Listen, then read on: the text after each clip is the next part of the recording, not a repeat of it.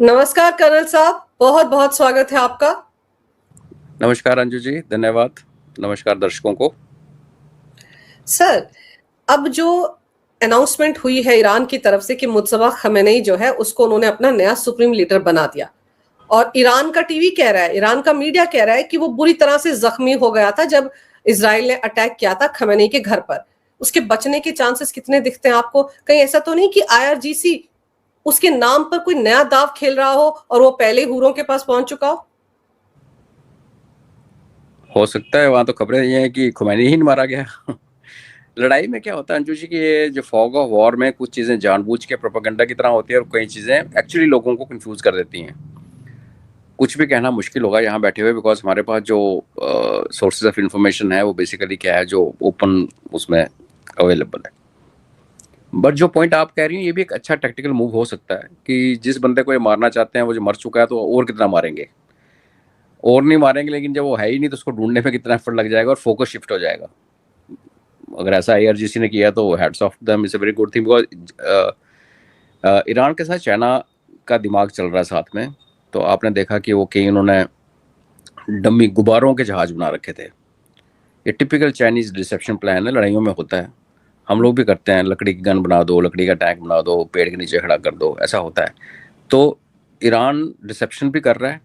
और ये जो आप कह रहे हैं पॉसिबिलिटी है, बिकॉज अगर आप इसको थोड़ा सा कनेक्ट करें इसके साथ, हिजबुल्लाह के साथ, और फिर वो हमास के साथ भी हुआ एक्चुअली, और उससे पहले हमारे जम्मू कश्मीर में भी हुआ हिजबुल मुजाहिदीन के साथ, कि एक कमांडर मारा, दूसरा आया उसको ठोक दिया, तीसरा आया तीसरे ठोक दिया, चौथे ने फिर बाद में क्या किया कि बोला कि अभी जो हमारा एक काउंसिल है जो इस ग्रुप को कंट्रोल कर रही है, नाम ही लेना बंद कर दिया ग्रुप्स ने, और जम्मू कश्मीर में हिजबुल मुजाहिदीन प्रैक्टिकली ख़त्म हो गया। तो हो सकता है, अगर है तो बड़ा ब्रिलियंट मूव है। और अगर वो मर गया है, और पेंट पिक्चर तो ये की जा रही है कि जैसे अनाउंस हुआ कि वो नेक्स्ट खोमेनी है या आयतुल्ला है, उसको तब मारा है, जो वेस्टर्न मीडिया कह रहा है, जो कि दिखाता कि बहुत कैपेबिलिटी है। तो कोई भी पॉसिबिलिटी है, मुझे कोई इसमें किसी में मेरा मुझे हैरानगी नहीं होगा अगर सच निकले कि वो ऑलरेडी मर चुका है और उसके नाम को रख के गुमराह किया जा सकता है, हो सकता है जी। और फिर यहाँ पर एक चीज और है ना कि उसकी पत्नी मारी गई उसी हमले में जिसमें कि सीनियर खमेनेई मारा गया है, ये भी कहा जा रहा है। और तो ऐसे में ये कैसे वहां मौजूद नहीं होगा? और अगर ये जख्मी हुआ है, अगर ये ईरानी मीडिया कह रहा है, तो जख्मी होने के बाद की कोई खबर इसके बारे में नहीं है, और वो भी तब जब ट्रंप बार बार कह रहे हैं जो भी बनेगा नया सुप्रीम लीडर हम उसको मार डालेंगे। आप देखो खबरों में किसका कौन विश्वास करे। वेस्टर्न प्रोपेगेंडा कुछ कहता है, इनका कुछ कहता है, और ईरान का जो प्रोपेगेंडा वो चाइना कर रहा है। तो जो पहले खबर आई थी जब उसके घर पे अटैक हुआ था पुराने वाले खमैनी के घर में, तो उसमें उसके मरने की, उसकी बेटी और उसके दामाद के मरने की खबर आई थी। बेटी, दामाद और उनका उनका बच्चा, नाती, और उसकी वाइफ, अपनी वाइफ उसकी जख्मी हो गई थी, जो कि बाद में हफ्ते के बाद मर गई। इसका नाम उस टाइम नहीं आया था। इसका नाम जब आया, जब इसको अनाउंस किया गया, देखिए इसके बीच में क्या हुआ था, 80 मौलाना इकट्ठे मिले डिसाइड करने के लिए कि नेक्स्ट सुप्रीम लीडर कौन बनेगा, और जिस बिल्डिंग में मिलना था बिल्डिंग को उड़ा दी, इन्होंने, इजराइल ने उड़ा दिया। उसके फिर 3-4 दिन में खामोशी रही। उसके बाद ये जैसे खबर निकली कि इसको बनाया, तो दूसरी खबर ये आई कि इसको मार दिया, मतलब इसको लग गई है, जख्मी हो गया है। और उसके बाद फिर जैसे हम कह रहे हैं कुछ भी हो सकता है, वन डजंट नो। और दूसरी तरफ पुतिन ने भी कहा कि ये बन गया है मुज्तबा खमेनेई, तो बधाई भी दिए, कहा है हमारा फुल सपोर्ट है। और इस बीच में डोनाल्ड ट्रंप पुतिन को भी फोन कर रहे हैं, तो दोनों के बीच में क्या खिचड़ी पक रही है? अलास्का मीटिंग का अगर आप ध्यान हो, आपके प्रोग्राम में भी शायद इसके बारे में बात हुई थी। मैंने कहा था इनकी डील हो गई है आपस में, क्योंकि अमेरिका को अपनी कमजोरी पता है। वो हर जगह हर देश में लड़ाई नहीं कर सकता। पूरे नेटो ने जोर लगा लिया, पुतिन का कुछ नहीं बिगाड़ सके। ठीक है, 2-2.5 लाख सोल्जर उनके मारे गए। फिर रशिया है, वो डिक्टेटर की डेमोक्रेसी है, वहाँ उनको कोई पूछ नहीं सकता, वो चलता है। तो उस टाइम मेरे को ये लगा था, और मैंने काफ़ी प्रोग्राम्स में बोला, इंक्लूडिंग आपके इसमें भी, कि इनके आपस में डील हो गई है, भाई तू यूरोप को संभाल, बाकी मैं देखता हूँ। इसलिए देखा आपने, रशिया का बहुत इंटरेस्ट है ईरान के अंदर, क्योंकि सीरिया के जाने के बाद चाइना और रशिया के पास अगर वेस्ट एशिया में कोई जगह बची थी वो ईरान था, जहाँ इनकी चलती थी। इन्होंने इक्विपमेंट भी सप्लाई किया। कोस्टल और मेरीन वाला जो था वो चाइना ने संभाला। एयर डिफेंस और फाइटर्स रशिया ने देने थे। डिफेंस पैक्ट साइन हुआ था। बट आप देखिए, पुतिन को इतना तो ये भी समझ थी, चाहे उसकी डील उसके साथ हुई नहीं हुई, कि भाई इनका इन्होंने जो करना है ईरान में वो करना ही करना है।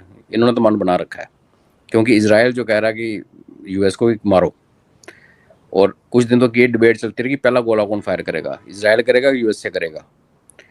और फिर वही हुआ कि जब बच्चियों को मारा, फिर बाद में जब पता चला कि वो तो यूएस की मिसाइल थी टॉम हॉक, वो तो उनके पास है, उन्होंने फायर ही नहीं की इसराइल ने। तो इसमें देखो आप, पुतिन बिंग पुतिन, उसने क्या किया है। आज सुनने में आ रहा है कि उसका पूरा, पहले भी उसका तेल सैंक्शन नहीं था, लेकिन ये कहा जा रहा था जो उनसे तेल लेगा उसको यूएस टैरिफ लगाएगा। सैंक्शन तो कोई था नहीं। आज जो भी आने से, प्रोग्राम में आने से पहले मैं ट्वीट देख रहा, ट्वीट उसको वेरीफाई करना पड़ेगा, पूछना पड़ेगा, बट अभी खबर ये आ रही है कि यूएस ने रशिया को बोला जिसको बेचना बेच, कोई प्रॉब्लम नहीं। और वो एहसान नहीं कर रहा, क्योंकि दुनिया ट्रंप की जान खा जाएगी अगर लड़ाई ज़्यादा लंबी चलेगी। और ऑयल और फर्टिलाइज़र और गैस अगर बंद होगी दुनिया की, तो एक तो यूएस फंसा ही फंसा है। वो तो आप, उसने पुतिन से बात क्यों की होगी, क्योंकि अब उसको निकलने का रास्ता नहीं मिल रहा, यहाँ से अटक गया, सोचा नहीं था। हालांकि काफ़ी जैसे लोग, मेरे जैसे लोग और बहुत सारे थे, हम पहले ही कह रहे थे यहाँ आओगे तो फंसोगे भाई, दलदल है। ईरान जो है वो वेनेजुएला नहीं है। तो एक तो उसको फंस गया, that is one point. Secondly जो तेल खोल के क्या कर रहे हैं कि जो दुनिया में रोष है, एक तो अमेरिका के अंदर रोष है, गुस्सा लोगों को। इन्फ्लेशन का मैं आपको एग्जांपल दूं, मेरा एक फ्रेंड आज सुबह उसका फ़ोन आया तो कहता 3 दिन पहले मैंने $3.45 में एक गैलन पेट्रोल भरवाया गाड़ी में, और आज अभी मैं आया हूँ तो $4.65 हो गया है। तो विद इन 48 आवर्स इतना जंप हो गया है। तो पेट्रोल और डीजल के प्राइसेस है पूरी दुनिया में इन्फ्लेशन का इंडिकेशन होती है, बिकॉज जब डीजल पेट्रोल बढ़ता है तो ट्रक्स के भाड़े बढ़ जाते हैं, वो ट्रक्स एनर्जी की, वो जनरेटर्स के रन करने के खर्चे बढ़ जाते हैं, सब कुछ हो जाता है। तो वो वहाँ फंसा हुआ है। लेकिन बाकी दुनिया, जैसे हम लोग हैं, बाकी कंट्रीज हैं, वो ये परेशान है यार, इनकी लड़ाई के चक्कर में हमारी एनर्जी आनी बंद होगी, गैस आनी बंद होगी। तो ओवरऑल एक सेंटीमेंट क्या बनने लगा। शुरू में काफ़ी लोग चेयर भी कर, शाबाश शाबाश, अच्छा किया। अब धीरे धीरे लोगों को समझ आ रही है कि खाने में जब प्लेट नहीं है, घर में गैस नहीं आ रही, तो ये पंगा तो ले डूबेगा। तो उन्होंने एक रैंप ऑफ दे दिया रशिया को, तू भेज तेल। भारत ने नहीं गैस माइंड बना लिया था पहले ही, हमने तो बंद कभी किया ही नहीं, वो तो हमारी इम्पोर्ट किया ना, हमने कम की थी सप्लाई। एक 2 मिलियन से 1 मिलियन के आसपास आ गए थे हम लोग, 1.6 मिलियन से 1 मिलियन, लेकिन पिछले महीने में। लेकिन अभी आपको वही सर्ज करती हुई नजर आएगी। तो ठीक है, जैसे हम लोग कहते हैं मजाक में कि पॉपकॉर्न खाइए, एंजॉय कीजिए, बट ये ध्यान रखिए कि अगर ये लड़ाई लटक गई, लंबी हो गई, तो एनर्जी तो हम सिक्योर कर लेंगे रशिया से। क्योंकि एलपीजी की जो रूमर चल रही है, 40% हमारे इंडिया के अंदर पैदा होती है एलपीजी। हम अपनी गैस खुद निकालते हैं 40%, 60% हम बाहर से लेके आते हैं। तो गैस का एक वल्नरेबिलिटी है। और आज रशिया ने कह दिया कि मैं यूरोप को गैस नहीं बेच रहा, मेरे को नई मार्केट्स मिली हैं। तो यूरोप के बदले में भारत में गैस की जो कंजप्शन है एक साल में, वो 1/4 है। यूरोप बहुत ज़्यादा गैस यूज़ करता है, वहाँ तो हीटिंग के लिए भी गैस यूज़ होती है घरों की। तो इसका मतलब ये है कि रशिया को जो रेफरेंस है वो हमारी तरफ है, चाइना है, हम हैं, और बाकी जो कंट्रीज हैं ईस्ट की तरफ। तो अब हम ऑलरेडी एक बात करते हैं कि चेन्नई से एक निकलेगा जहाज हमारा, और सीधा ये सुएज कनाल वगैरह से बचने के लिए हम ईस्ट से पैसिफिक ओशन से होते हुए सीधे रशियन पोर्ट्स पे जाएंगे। तो अब वो होता हुआ दिख रहा है। लेकिन इंटरप्शन या डिसरप्शन जिसको कहते हैं, गैस में आएगी 1-2 दिन, 4 दिन, हफ्ता, डिपेंडिंग ऑन कितनी ये लड़ाई आगे खींचती है, हमें यहाँ कष्ट हो सकता है। पेट्रोल डीजल का कोई टेंशन नहीं है, हमारे पास बहुत ज़्यादा काफ़ी है ये रोक के।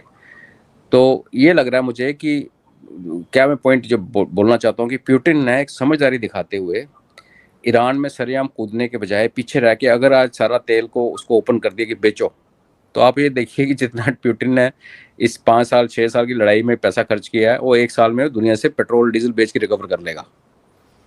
जो ये अमेरिकन तोड़ने में लगे हुए थे, हमें क्या कहते थे कि आप उसका तेल खरीदते हो, लड़ाई को फंड करते हो। तो अब क्या होगा उस हिसाब से देखो तो यूक्रेन तो गया, तो जब डॉलर फ्लो करने शुरू करेंगे रशिया के अंदर, तो और पिटाई करेगा। तो इसलिए ट्रंप को की हालत थोड़ी सी हो गई हुई है नाजुक। घर के अंदर इन्फ्लेशन बढ़ गई है, अनएम्प्लॉयमेंट बढ़ गई है, मिड टर्म सर पे है, पॉपुलरिटी इज डाउन टू 32%, जो आज तक किसी यूएस प्रेसिडेंट की नॉर्मली होती नहीं। तो अब जो हमारी स्पेकुलेशन थी कि इनके पास कन्वेंशनल वेपन कम है और कभी न्यूकना शुरू कर दें, वो एक स्पेकुलेशन है, सच भी हो सकती है, झूठ भी हो सकती है। लेकिन जो बॉडी लैंग्वेज है इंसान की ना, वो झूठ नहीं बोल सकती। बड़े से बड़ा मक्कार जो है वो बोले मुंह से कुछ भी, लेकिन उसकी आप इसकी अभी पिछले 3-4 दिन से जो वीडियोस आ रहे हैं ट्रंप के, हवाइयाँ उड़ी हुई हैं मुंह के ऊपर। $1 billion Anju ji per day खर्चा हो रहा है इनका, सिर्फ यूएस का। और ईरान ने जो तबाही की है इसराइल के अंदर, उसकी तो सेंसरशिप लगी है, तो खबर ही बाहर नहीं आई। और जो बाकी इकोनॉमिक सेंटर हैं, दुबई, अबू धाबी, बहरीन, उनको जो तोड़ा यूएस वालों को, और उनके कोलेटरल डैमेज बाकी देशों को हुई है। कतर ने अपनी गैस बेचनी बंद कर दी। इसका बहुत बड़ा इम्पैक्ट आने वाला है यूएस के ऊपर भी और दुनिया के ऊपर भी। तो आई थिंक अब थोड़ा सा जिसको हमारी लैंग्वेज छच्छो पंज में कहते हैं ना, ट्रंप छच्छो पंज में फंस गया।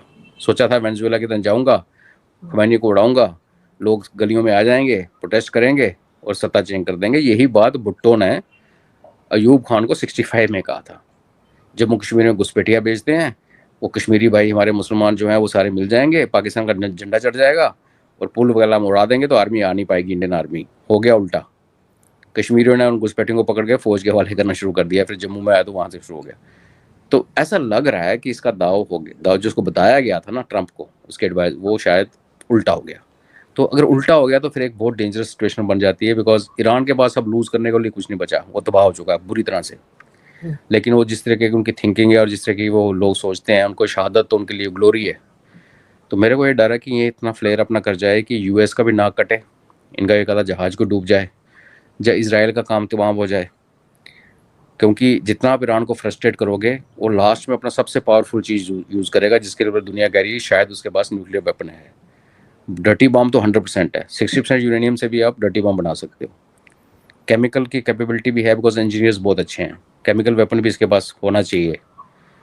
अब है नहीं है, यूज़ कर पाएगा नहीं कर पाएगा, बट उससे बड़ा फियर ये है अंशु जी, अगर ये स्टेज इसराइल जैसे देश ने नोटिस की कि ईरान अब उस लेवल पे पहुंच चुका है कि अब ये न्यूक पे आने लगा, तो पता चला इसराइल ने ईरान को न्यूक कर दिया अपने को बचाने के लिए। और वो जो न्यूक किया हुआ फिर पाकिस्तान पे भी इफेक्ट पड़ेगा, हमारे वेस्टर्न बॉर्डर पे भी थोड़ी सी रेडियो एक्टिविटी का इशू है, इराक पे पड़ेगा, अजरबैजान पे पड़ेगा, डिपेंड करता है कहाँ ब्लास्ट होता है। हालांकि ईरान बहुत बड़ा देश है, बट आपको पता है वेस्टर्न विंड हमारी पश्चिम से हवाएं आती हैं और वो लेके आती हैं फिर साथ में प्रॉब्लम्स। तो बड़ा एक कॉम्प्लिकेटेड सा गंदा सा सिचुएशन है।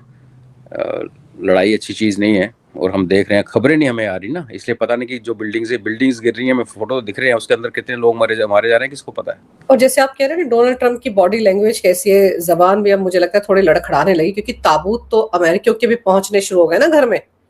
भाई एक अमेरिकी की जान के लिए भी वहां पे बिल बिलाना सबसे ज्यादा होता है, तो अभी तक तो 10-12 ताबूत पहुंच गए, तो वो भी बर्दाश्त नहीं हो पाएगा। डोनाल्ड ट्रंप से प्रेशर तो आएगा। और ऊपर से इनके जो डिफेंस सेक्रेटरी हैं पीट हेग्सेथ, जो कह रहे 10 दिन हो गए और हम जीत रहे हैं, ईरान अकेला पड़ गया है। सर ये किस तरह की स्टेटमेंट्स है? सिर्फ अपने जवानों को बूस्ट अप करने के लिए, या फिर ईगो को सेटिस्फाई करने के लिए डोनाल्ड ट्रंप को कि हम तो जीत रहे हैं। जीत तो वो शुरुआत से रहे सर, तो 10 दिन कैसे लग गए इस वॉर में?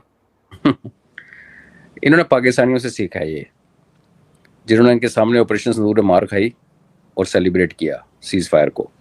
और 71 की लड़ाई में सरेंडर से 2 दिन पहले यहिया खान का इंटरव्यू है, आप देखिए, नियाजी का, जनरल नियाजी का, जिसमें वो कहता है कि हम तो उड़ा देंगे इंडिया को। इतना कॉन्फिडेंस, और 2 दिन के बाद वो सरेंडर कर रहा था। जो मारते हैं ना वो बोलते नहीं है। प्यूटिन का स्टेटमेंट देखा आपने कभी कि मैं यूक्रेन की ईंट से ईंट बजा दूंगा? वो लगा हुआ है धीरे धीरे कुट कुट के जिसका जिस इलाका उसको चाहिए था सदर्न यूक्रेन में और ईस्टर्न यूक्रेन में, उसने ले लिया है। और वो भी सिर्फ कंसोलिडेट कर रहा, थोड़ा और आगे तक जाएगा। वो नहीं चाहता कि कीव पे वो कैप्चर करे। जैसे मेरे को पूछे तो हमें इस्लामाबाद को कैप्चर करने में क्या इंटरेस्ट है, लाहौर को कैप्चर करके हमें क्या मिलेगा जिहादियों के अलावा। तो ये जो बोलते हैं ना ज़्यादा बड़ बोले, इसकी पूरी कैबिनेट बड़ बोली है। आपको पता है इसका कॉमर्स मिनिस्टर ने कहा था कि हिंदुस्तान हमसे माफ़ी मांगेगा कुछ हफ्तों में, और फिर यहाँ पे आके फोटो खिंचा रहा था हंसते हुए। तो ये वॉर में जो क्लेम, काउंटर क्लेम और प्रोपेगेंडा है, ये कोई इंडिकेशन नहीं होती कि लड़ाई किस तरफ जा रही है। जो ग्राउंड पे दिखती हैं चीज़ें, आप देखिए 140 के करीब टैंकर रोज़ हॉर्मुज़ में पास करते थे, 140। आज की डेट में 3 से 4 कर रहे हैं। तो 2 या 2.5% पे आ गया वहाँ का ट्रेड। कतर ने कहा जी मैं गैस वहाँ से निकालूंगा नहीं। अब ये जो गैस निकालूंगा नहीं मतलब ये होता है कि आप मानिए कि इन देशों को millions of dollars per day नुकसान होता है, क्योंकि ये कोई कुएं से पानी थोड़ी निकालते हैं।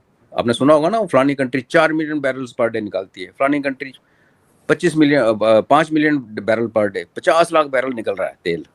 उन कंट्रीज को अगर आप उनकी ऐसी फैसिलिटी उड़ा दो कि वो, और ऐसा नहीं कि तेल को सक करके निकालते हैं, तेल अपने प्रेशर से बाहर आता है। अगर आपका ऊपर का सिस्टम खत्म हो गया तो वो बहने लगता है, फिर गैस है वो गैस फिर उड़ने लगती है। अनलेस सेंटर आपका सिस्टम इंटैक्ट है, फिर आप उसको बंद करके शट ऑफ कर देते हो। लेकिन जब डैमेज होता है ना इक्विपमेंट, तो उसमें फिर ये डाउट होता है कि जो तोड़फोड़ हुई है उसमें उस पर जो कंट्रोल वाल्व है वो काम कर रहा है कि नहीं कर रहा है, गैस लीक हो रही है, बह रहा है तेल, पता है कुछ नहीं। तो जो नुकसान, क्यूमुलेटिव नुकसान हुआ है खाड़ी के देशों का, इजराइल का और अमेरिका का अपना, ये बहुत बड़ा एक वो है। और ये इसके दावे जितने मर्जी आप कर लो, आपकी $1 बिलियन की एक रडार उड़ा दी, जिसके बारे में कहा जाता था NTPQ सीरीज की रडार की 5000 किलोमीटर रेंज है। 5000 किलोमीटर में अगर कोई टेनिस का बॉल उछाले तो उसको पकड़ सकती है। मतलब कहने की figure of speech, not really किसी ने बॉल उछाला होगा, इतनी एक्यूरेट। और ईरानियन ड्रोन जाता है जो कुछ हज़ारों का है और जाके उसको उड़ा देता है। थर्ड AD सिस्टम दुनिया का सबसे अच्छा मानते थे, अभी तो S-400 500 आ गया। 6 बैटरी टोटल हैं अमेरिका के पास, मतलब 6 बैटरी, एक बैटरी में 6 लॉन्चर होते हैं, 8 बैटरीज हैं, 48 लॉन्चर्स। मगर उन लॉन्चर्स को आप ऐसे नहीं फायर कर सकते, उनको लॉन्च को कंट्रोल करने के लिए रडार चाहिए होती है, जो आती हुई मिसाइल को कैच करती है और फिर मिसाइल को ऑर्डर देती है कि उसको हिट कर। पूरा ऑटोमेटिक सिस्टम, उसकी रडार उड़ा दी। तो इसका मतलब उसके जो 6 लॉन्चर हैं वो बेकार हो गए, वो अंधे हो गए ना उनको दिख रहा है ना कुछ। ये कुछ कुटाई खाने के बाद, और आपका जो अब्राहम लिंकन जो बड़ा युद्ध पोत आपने वहां भेजा, वो जाके 600 किलोमीटर दूर हाई सीज में खड़ा हो गया, डर गया वो, उसकी हिम्मत ही नहीं पड़ी अंदर पर्शियन गल्फ में घुसने की। वो अरेबियन सी में चक्कर मार रहा है, ओमान के पीछे छुप जाता है। उसके बाद आप जितना मुझे दावे मारो, उनका डिफेंस मिनिस्टर जो भी बोले, ये इसलिए मैं कहता हूँ लड़ाई के टाइम पे हमें सुनना नहीं चाहिए दावे, हमें देखना चाहिए ग्राउंड पे हो क्या रहा है। और वो भी हमें पूरी खबर नहीं आ रही। इसराइल की तबाही की खबर नहीं आ रही, सेंसरशिप लगी है। UAE में तबाही की खबर नहीं आ रही है, सेंसरशिप प्लस 50,000 दिरहम का जुर्माना है। USA के सोल्जर्स की खबर के ऊपर सेंसरशिप लगी हुई है। द मॉडर्न और मोस्ट प्रोग्रेसिव डेमोक्रेसी में एक डेड सोल्जर की रिपोर्टिंग पे बैन लगा हुआ है USA में। तो हमें तो खबरें आ ही नहीं रही, क्योंकि काउंटर क्लेम ये आ रहा है कि 200-250 अमेरिकन मारे जा चुके हैं। आप देखिए ना, जब 1 बिलियन की रडार है जो उड़ाई, तो आपको लगता है इतनी बड़ी एसिड में वहाँ जवान कोई नहीं था, फौजी कोई नहीं था, ऐसे छोड़ रखी थी डेजर्ट में कि देखी जाएगी। वहाँ कुछ होंगे ना, उसको क्रू होगा उसका, थर्ड को ऐसे छोड़ रखा। तो इसलिए इन क्लेम्स और काउंटर क्लेम्स को वेटेज ना देते हुए हम ग्राउंड सिचुएशन देखें, और ग्राउंड सिचुएशन ये दिखाती है कि अमेरिका फंस चुका है। अमेरिका फंस चुका है, बिल्कुल सही कह रहे हैं आप। इसीलिए इस तरह की मिस इन्फॉर्मेशन का जो वॉर शुरू होता है, डिसेप्शन का वॉर, वो शुरू किया गया है। लेकिन एक चीज और, ये जो स्ट्रेट ऑफ हॉर्मुज है, यहाँ पर अब एक नया स्टेटमेंट आया ईरान की तरफ से कि जिन देशों को यहाँ से अपने जहाज गुजारने हैं, वो अपने अपने देशों में इजराइल और अमेरिका के एम्बेसडर्स को बाहर निकाले। ये स्टेटमेंट कैसी, इस पे कैसे लागू करेगा कोई देश? यानी कि उन्होंने सभी के लिए मुसीबत खड़ी कर दी ये स्टेटमेंट जारी करके। उससे पहले कहा था, अंजू जी एक बात तो अप्रिशिएट कीजिए आप ईरान की, ईरान ने कहा था अगर मेरे पे गोली चलाओगे एक, तो तुम्हें तो बाद में निपटूंगा, मैं अपने पड़ोसियों को नहीं छोड़ूंगा, बिकॉज सारे पड़ोसी उसके जो USA के पिट्ठू हैं। उसने एग्जैक्टली वही किया। अभी हुआ क्या ना, जैसे हम बात कर रहे थे कि लड़ाई के टाइम पे काफ़ी क्लेम्स, काउंटर क्लेम्स होते हैं। बचपन में कहानी सुनते थे हम कि एक चोर था, वो किसी साधु के पास गया और कहता है साधु जी मेरे पे आशीर्वाद दो, मैंने चोरी करने जाना है। अब साधु साधु होते हैं। उसने वो पुत्र जा, तू सच बोलना, तेरे को कोई प्रॉब्लम नहीं होगी। तो राजमहल में जाता है वो, संतरी पूछता है कौन आता है, कौन, जैसे फौज में होता थम, कौन आता है, कहता चोर। तो संतरी को लगता है कोई राजा रूजा होगा, गुस्सा खा गया मेरे से, होता आइए सर प्लीज प्लीज आओ, कि राज गिराने का होगा, जिसको बुरा लग गया कि, तो उसने गुस्से से बोल दिया चोर। अंदर जाता है तो मतलब जहां उसको पूछा जाता है वो सच बोलता है कि मैं चोर हूँ, और हर कोई कहता है यार ऐसे ही है, ये तो अपना ही है कोई, और फिर चोरी करके निकल जाता है। ईरान ने पहले दिन से कहा कि इस बार जो लड़ाई होगी वो रीजनल वॉर होगी, और मैं सबसे पहले अपने पड़ोसियों को निपटूंगा जिन्होंने आपको अड्डे दे रखे हैं, और वो उसने कर दिया। आज मैंने सुबह एक ट्वीट किया, सिचुएशनल क्या हो रही है सिचुएशन, तो मुझे ये लग रहा है कि देखिए आज तक क्या था, खाड़ी के जो मुल्क हैं अरब बेसिकली इराक के आगे शुरू होता है। ईरान जो है वो पर्शिया था ना, तो उसके वेस्ट में इराक है, और वहाँ से आप मान लीजिए आधे ईरान से आगे, इराक से आधे सीरिया, सऊदी अरबिया, जॉर्डन, ये सारे उसमें आते हैं अरब में। इन सब देशों ने पैसे खुले दिए थे अमेरिका को, अड्डे भी, जगह भी दी, बिल्डिंग खड़ी करके दी, जहाज खरीदे। F-35 है सऊदी अरबिया के पास, उड़ाने वाले पाकिस्तानी। तो इन्होंने अपनी सिक्योरिटी इंश्योर की हुई थी कि हमारे पास पैसा है, इनको पैसा चाहिए, पैसा फेंको, तमाशा देखो। लेकिन इस लड़ाई में अमेरिका किसी को नहीं बचा पाया। सऊदीज ने आके ये बोला कि भाई जब हमारे ऊपर मिसाइल्स आ रही थी तो ये लोग जो हैं अमेरिकन, ये इसराइल को बचाने में लगे हुए थे। तो जो सऊदी अरबिया के अंदर एंटी एयर डिफेंस, जो एयर डिफेंस इक्विपमेंट था, वो ट्राई कर रहा था कि जो मिसाइल उड़ के इसराइल की तरफ जा रही है उसको शूट डाउन करे, जो सऊदी में आगे गिर रही है उसको शूट डाउन नहीं कर रहा था। और फिर 2 जहाज आए ईरान के, जो अमेरिका के अड्डे के बिल्कुल पास आ गए थे। 1 मिनट का फ्लाइंग टाइम था, 1.5 मिनट का, जब उनको शूट किया गया कुवैत के, इसके कतर के F-35 ने। तो ये एक बात क्लियर निकल के आ रही है, और उन्होंने टीवी पे बोला भी है सऊदीज ने कि भाई हमें धोखा हुआ है। तो अब ये बताइए कि इसके बाद जब लड़ाई थम जाएगी, ईरान है नहीं है खत्म, वो तो छोड़, वो खत्म ही है, तो अमेरिका क्या इनको फिर एश्योर कर पाएगा कि यार मैं हूं, मैं तुम्हें बचाऊंगा? इनकी इसकी बात सुनेगा? अगर इसकी बात नहीं सुनेगा तो फिर आप ये समझिए कि पेट्रो डॉलर जो इनकी जो संधि है कि पेट्रोल डीजल जो है, क्रूड ऑयल सिर्फ डॉलर में ही बिकेगा, उसका क्या होगा? और फिर ये कौन सी गारंटी है कि जब अगर अमेरिका का इन्फ्लुएंस कम हो रहा तो यहाँ चाइना और रशिया का इन्फ्लुएंस नहीं बढ़ेगा? कुछ भी कह लो, एटलीस्ट वो ईरान के साथ खड़े हैं, और उन्होंने बाकी किसी देश के बारे में कुछ नहीं बोला, किसी को गाली वाली नहीं निकाली। लेकिन अगर अमेरिका की पोजीशन वहाँ पे वीक होती है जहाँ इसके पिट्ठू हैं वो 5-6 कंट्रीज, अगर अमेरिका वीक होता तो उस वैक्यूम में कौन घुसेगा? क्योंकि इसराइल भी बहुत वीक हो चुका है। तो इसराइल भी वीक, अमेरिका भी वीक, और ये जो कंट्रीज हैं, पैसे वाली अमीर लोग हैं, ये दुखी हैं कि अमेरिका ने साथ नहीं दिया। तो कहीं ऐसा तो नहीं उल्टे दिमाग में ट्रंप को लगे कि यार ऐसा है, इन कंट्रीज का बिजनेस सौदा ही बंद कर दो, मेरे पास अपना तेल है खुला, और मैं थोड़ा वेनेजुएला से चोरी कर ली है। अब वेनेजुएला में तो दुनिया का सबसे बड़ा रिजर्व है आज की डेट में, वहाँ से बेचेंगे, पैसे कमाएंगे, और यहाँ एक न्यूक ठुकवा देते हैं इसराइल को बोल के। और इसराइल बोलेगा भाई मैं क्या करूँ, मेरा तो तेल भी वादा उड़ गया, जेरूसलम वादा उड़ गया, अभी नेक्स्ट मिसाइल मेरे पे आ रही थी, क्या पता क्या उड़ता, तो मैंने ठोक दिया। उसमें क्या होगा कि ईरान तो गया ही गया, इसराइल बच जाएगा, जो बचा खुचा बच जाएगा, और फिर बाकी जो कंट्रीज हैं वहाँ कोई बिजनेस करने नहीं आएगा, वो फिर तबाह है। डेजर्ट थे पहले, दोबारा डेजर्ट बनेंगे, पानी की फैसिलिटी खत्म, पोल्यूशन, रेडियो एक्टिविटी। आप इमेजिन कीजिए डेजर्ट है, कोई पेड़ नहीं, कुछ एब्जॉर्ब करने का नहीं। एक बार लहर चली रेडियो एक्टिविटी की, क्या होता है कि जंगल वगैरह ना, जिसको हम काटते हैं, पहाड़ जंगल जो हमें बचाते हैं, अरावली अगर ना होता तो पूरा का पूरा डेजर्ट दिल्ली तक डेजर्ट हो गया होता। अरावली ने रेगिस्तान को पूर्व की दिशा में आने से रोका, और वो सबसे पुराना, तो ये लोगों को समझना चाहिए। तो ये भी एक पॉसिबिलिटी, मैंने इसलिए सुबह वो ट्वीट किया था। हालांकि मैं दिल से मानता हूँ, चाहता हूँ कि ऐसा ना हो, पर इनको किसी से कोई प्यार मोहब्बत नहीं है। हम लोग दीवानगी में कभी ईरान के गुल गाने लगते हैं, कभी अमेरिका के, ये सारे एक जैसे हैं। जिसका जितना दम चला, ईरान ने 7 अक्टूबर को क्या किया हमें पता है, उसको पहले हमास को CIA और मोसाद ने मिलकर बनाया, वो भी हमें पता है। तो ये इनका कोई दूध का दुलाव कोई नहीं है। एज ए भारतीय आई थिंक हमें अपना ये इंटरेस्ट होना चाहिए कि हमारी गैस वगैस, और देखो प्रॉब्लम फिर भी आएगी।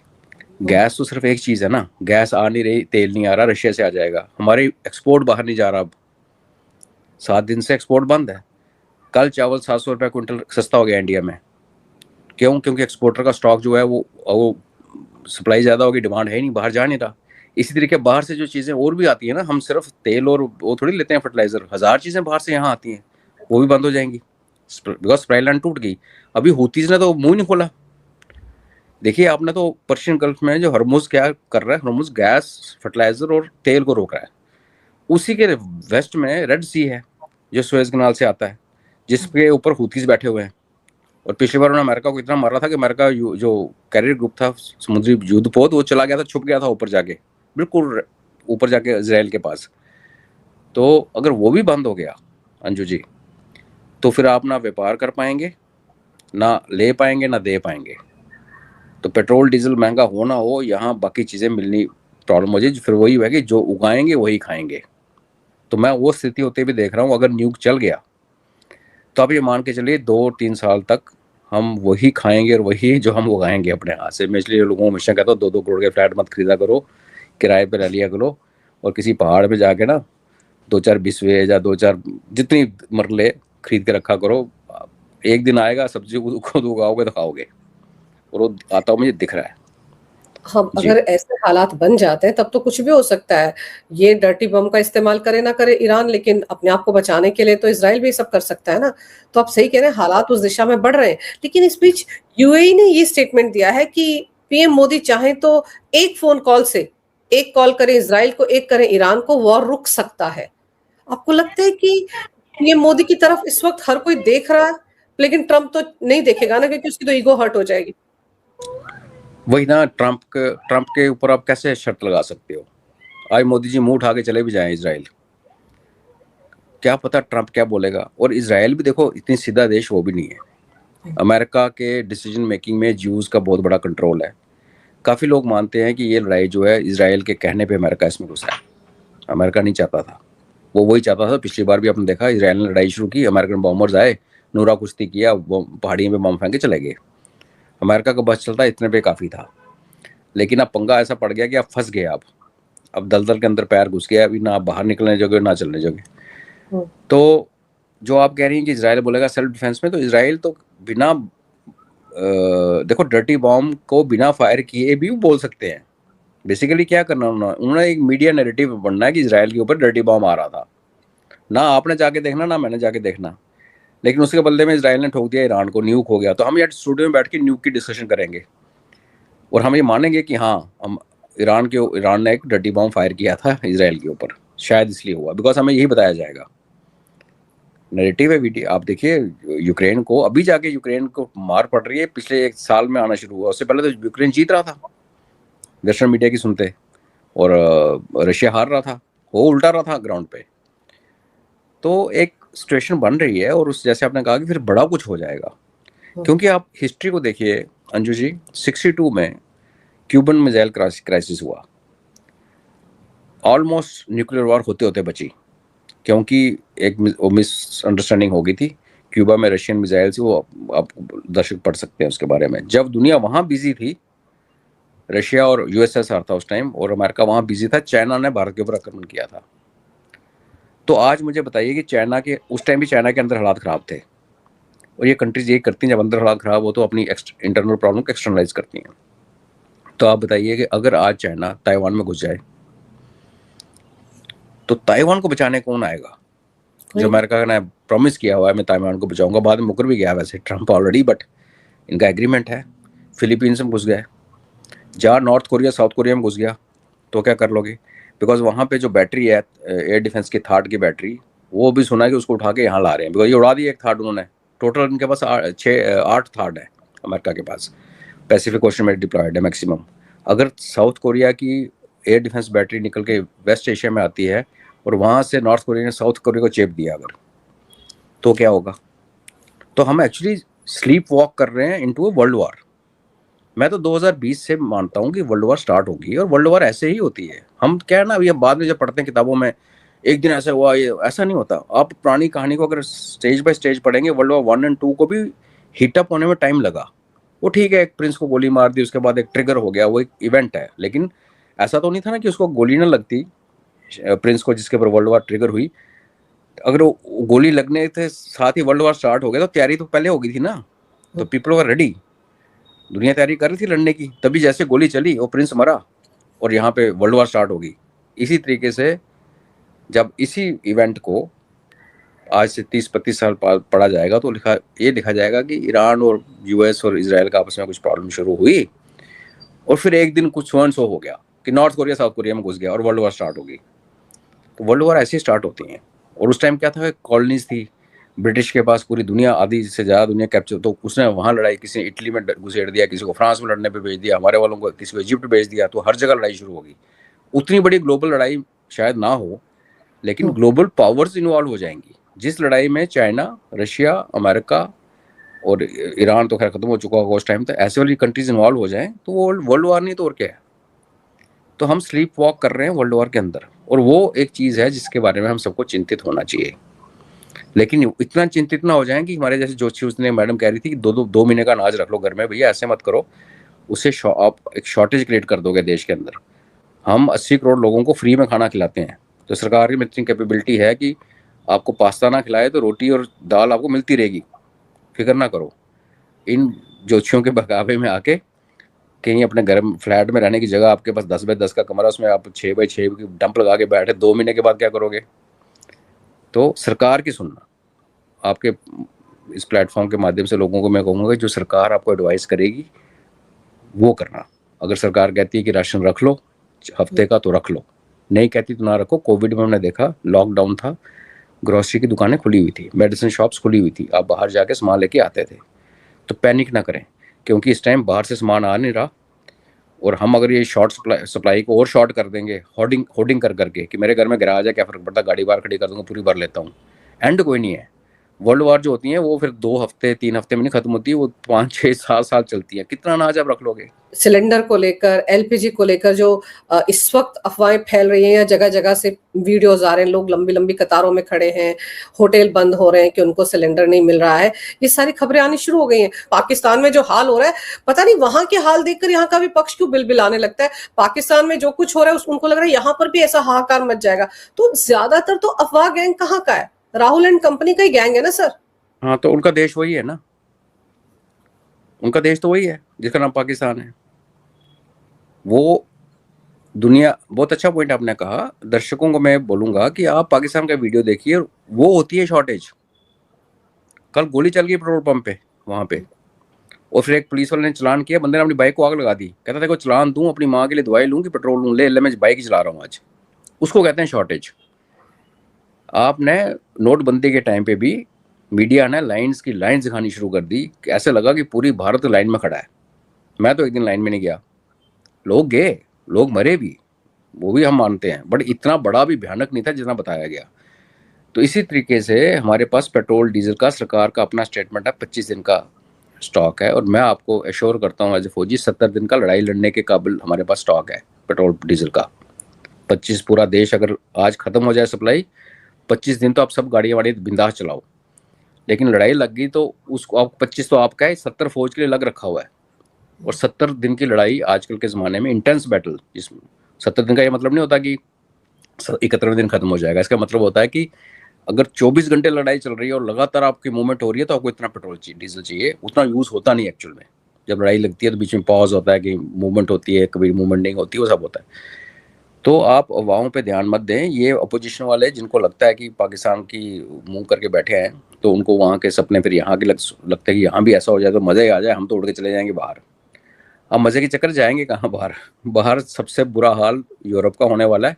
अगर 10 दिन अगर ये और चल गई लड़ाई, तो यूरोप में आप देखना क्या होगा, क्योंकि उन्होंने इतने लोग बाहर से इंपोर्ट कर लिए अरब कंट्री से, और कि अपना उनका जो है खाने पीने का सिस्टम हो गया अपसेट, और अभी वो प्रोड्यूस कुछ नहीं कर पा रहे। तो पूरी दुनिया एक बड़े ही नाजुक दौर से गुजर रही है, और हम सबका फ़र्ज़ बनता है कि हम अपना बुद्धि का इस्तेमाल करें और वहाँ पे ना दें। गैस नहीं है तो कौन सा घर है जिसके पास इंडक्शन नहीं है? आज वो ज़माना थोड़ी है ऐसे 10 साल 15 साल पहले की भाई गैस है तो है, नहीं तो खाना नहीं बनेगा।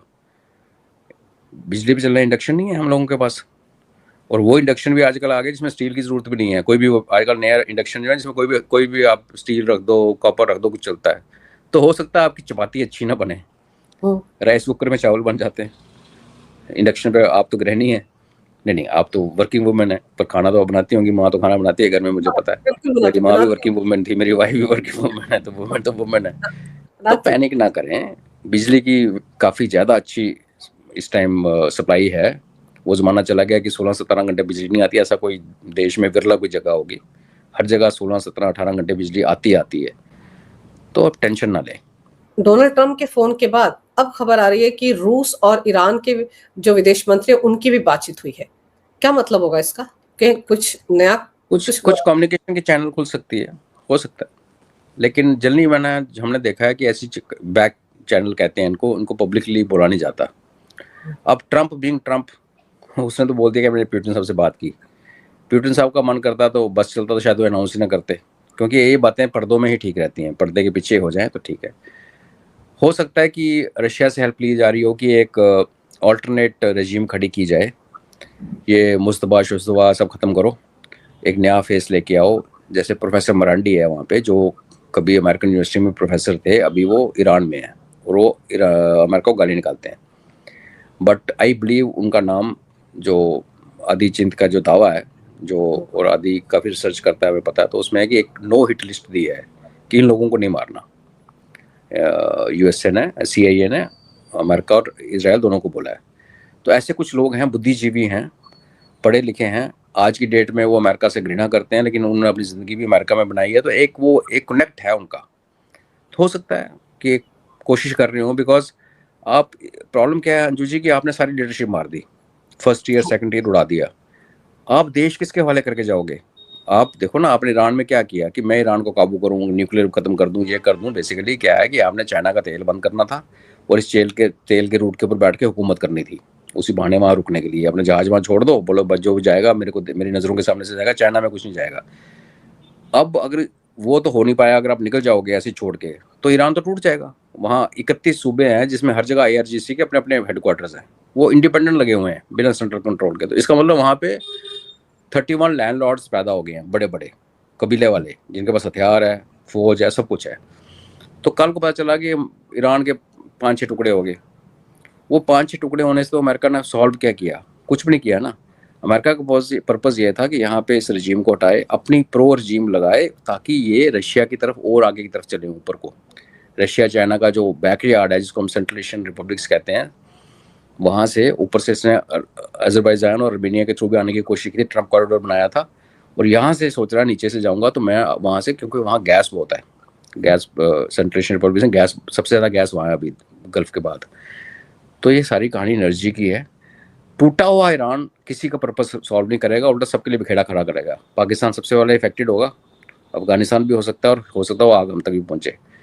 तो टूटे हुए ईरान और इस रजीम के ईरान के बीच में एक चॉइस है, वो है एक ऐसी रजीम जो लोग जिसको माने, जो देखने में अमेरिकन ना लगे, अमेरिका का पिट्ठू जेलेंस्की टाइप ना लगे। तो उसमें फिर रशिया क्या है कि रशिया रोल प्ले कर सकता है। अगर अमेरिका खुद इंस्टॉल करने की कोशिश करेगा किसी को, तो उसको लोग नहीं मानेंगे। ये जो शाह बैठा हुआ है, उनका जो पुराने राज्य का बेटा, उसकी एक्सेप्टेंस नहीं है। तो जो ट्रंप का सुबह बयान था कि ये जो लोग हैं बिहेव नहीं कर रहे, ईरानियंस बिहेव नहीं कर रहे, बेसिकली क्या कह रहा है कि मैं चाहता था कि मैं गोले मारूंगा, तुम प्रोटेस्ट करना और हम सत्ता पलट देंगे। उन्होंने किया नहीं, वो नेशनलिस्ट लोग हैं। दूसरा कहता है कि वो मेनेसिंग है क्योंकि मैंने उम्मीद नहीं की थी मेरी इतनी पिटाई होगी, तो इसलिए मेरे को डर लग रहा है। तो ये उसका अपना स्टेटमेंट है आज सुबह का। तो दिस इज अ इंडिकेशन की लड़ाई किधर जा रही है। जी बिल्कुल, इनका जो बयानबाजी है ना, उन पे तो यकीन भी नहीं कर सकते ना। आज सुबह तो ट्रंप कुछ कहता है, शाम होते कुछ कह देगा, अगले दिन कुछ कह देगा। तो फिलहाल वो ये नैरेटिव सेट करने की कोशिश करें कि हम लड़ाई जीत रहे हैं, ईरान अलग थलग पड़ गया है, और हो सकता है अब ट्रंप पुतिन के साथ मिलकर अपने लिए कोई बीच का रास्ता तलाशने की कोशिश करेंगे। सकती तो देखते हैं कि हो सकता है अगले 24 घंटे 48 घंटे में कुछ नए समीकरण बने। लेकिन आपने समय निकालकर इस विषय पर बहुत अहम जानकारी मेरे दर्शकों को दी। आपका बहुत बहुत धन्यवाद। नमस्कार। भारत माता की जय। वंदे मातरम। जय हिंद। जय हिंद।